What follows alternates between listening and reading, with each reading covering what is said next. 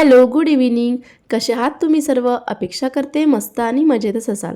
आपण लहान असो की मोठे असो, सगळ्यांचं काहीतरी स्वप्न असतं की आपण आयुष्यात काहीतरी मोठं असं मिळवायचं.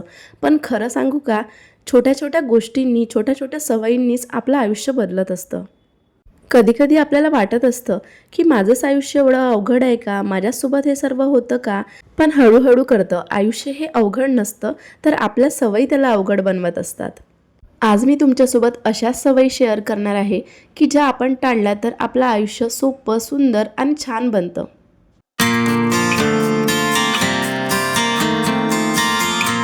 सर्वात पहिली सवय म्हणजे झोपेतून उठल्यानंतर लगेच मोबाईल न पाहणे.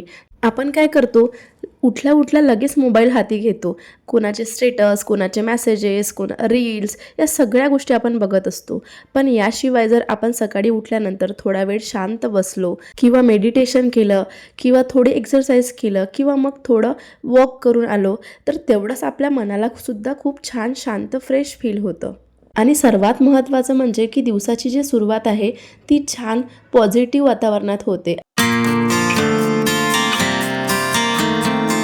2 नंबरची सवय म्हणजे की नाही म्हणायला शिका. काय होतं, आपण सगळ्यांना खुश ठेवायच्या नादात आपण स्वतः मात्र दुखी होतो. जर आपल्याला नाही जमत असेल ती गोष्ट किंवा मनापासून नाही करावं वाटत असेल, तर नाही म्हणायला शिका. शांतपणे नाही म्हणायचं. यामध्ये काहीच असं वाईट नाही. काही गोष्टींना नाही म्हणणं म्हणजे स्वतःचाच आदर करणं होय.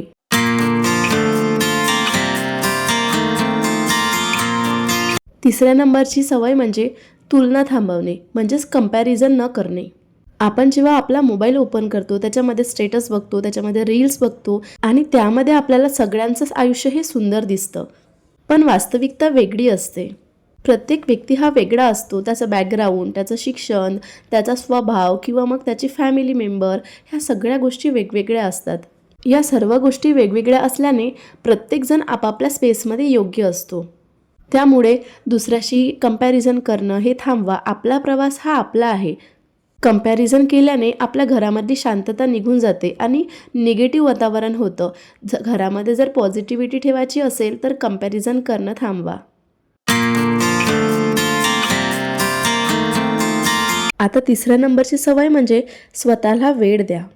आपण सकाळी उठल्यानंतर सर्व भूमिका व्यवस्थितपणे बजावत असतो, पण यामधून आपण आपल्यासाठी थोडा का होईना वेळ काढला पाहिजे, कारण यामुळे आपण आपल्याला ओळखू शकतो.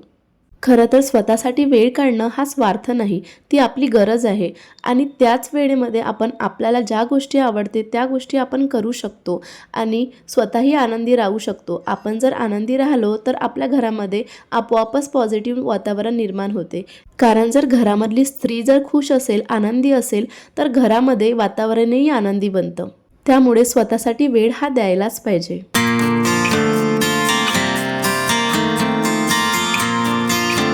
चौथ्या नंबरची सवय म्हणजे कामं टाळू नका. आता बघा, लहान लहान कामे असतात आणि ती कामे आपण वेळच्या वेळी जर केली नाही तर तीच कामे डोक्यामध्ये मोठी बनतात. त्यामुळे आपलं मन फ्रेश राहत नाही आणि चिडचिड वाढते. त्यामुळे जे काही आपल्या घरामध्ये कामे असतील किंवा मग बाहेरची कामे जसं की बँकेचे काम, डॉक्युमेंट्सचं काम किंवा मुलांचं काम, ह्या सगळ्या गोष्टी वेळेतच कंप्लीट करा. जेणेकरून आपलं मनही शांत राहील आणि आपला दिवसही चांगला जाईल.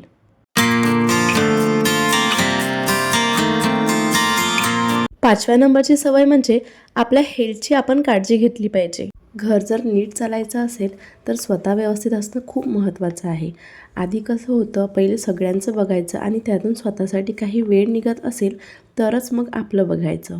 आता तसं नाही आहे. आता स्वतःला मागे टाकलं तर शरीर थकून जातं, मन थकून जातं आणि मग आपल्याकडे एनर्जी तरी कुठून येणार? म्हणून आता स्वतःकडे, स्वतःच्या हेल्थकडे जास्तीत जास्त लक्ष द्यावं लागतं. सकाळी उठल्यानंतर थोडी का होईना एक्सरसाइज, मेडिटेशन आणि सर्वात महत्त्वाचं म्हणजे हेल्दी गोष्टी खाल्ल्या पाहिजे.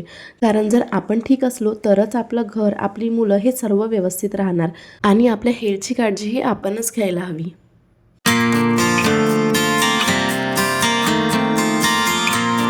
6व्या नंबरची सवय म्हणजे काही गोष्टी या इग्नोर केल्या पाहिजे, दुर्लक्ष केलं पाहिजे.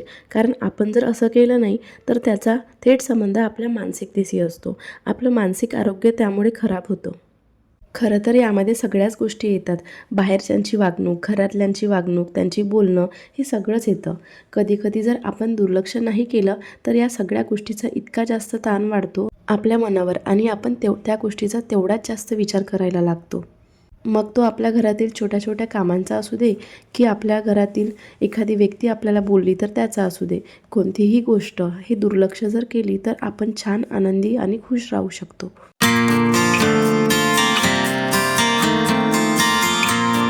त्यानंतरची महत्त्वाची सवय म्हणजे गरजेपेक्षा कमी बोला.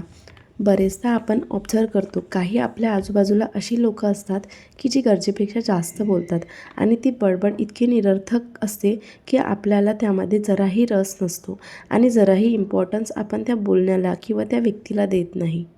तुम्ही असं ऑब्झर्व केलं असेल की ते जास्त बोलणारे लोकं आणि त्यापेक्षा कमी बोलणारे लोकं त्यांची पर्सनॅलिटी एकदम अट्रॅक्टिव्ह वाटते आणि ते हुशार असतात आणि नेहमी ऑब्झर्विंग मोडमध्ये असतात. कमी बोलणारे तुम्हाला शांत आणि मॅच्युअर वाटतात. आपण जर गरजेपुरतं बोललं तर आपल्या प्रत्येक शब्दाला वजन असलं तर आपोआपच आपल्या बोलण्याची किंमत वाढते. त्यानंतर आपली सगळ्यात शेवटची सवय म्हणजे तुमचे जे काही प्लॅन्स आहे, काही गोल्स आहे ते लोकांपासून लपवून ठेवा. ॲक्च्युली काय होतं की जेव्हा आपण सर्वांना आपल्याला काय करायचं आहे किंवा आपण भविष्यामध्ये आपली काय प्लॅनिंग आहे हे जेव्हा आपण त्यांना सांगतो, त्यामुळे काय होतं की आपली एनर्जी आणि आपला फोकस आपण गमावतो. आपण बरेचदा असं ऐकत असतो की आपण आपले प्लॅन सांगितल्यानंतर कधी-कधी सक्सेस नाही होत. कारण असं नसतं ना की प्लॅन केले आणि ते सक्सेसच झाले. कधी-कधी काय होतं की ते अनसक्सेसफुलसुद्धा होतात. मग काय होतं की आपल्याला वाटतं आपलंच हसू झालं की आपण एक गोष्ट बोललो होतो पण ती सक्सेस झाली नाही. मग याच्यामुळे आपला कॉन्फिडन्स लो होतो आणि आपली जी एनर्जी आहे काम करण्याची ती कमी होते. त्याच्यामुळं आपण डिमोटिवेट होतो. त्यापेक्षा सायलेंट असणं हे जास्त बेटर आहे. म्हणूनच आपले जे मेन फ्युचर प्लॅन्स असतील ना, ते अजिबात कुणाला सांगू नका. तुमचं काम डायरेक्ट लोकांना दिसलं पाहिजे.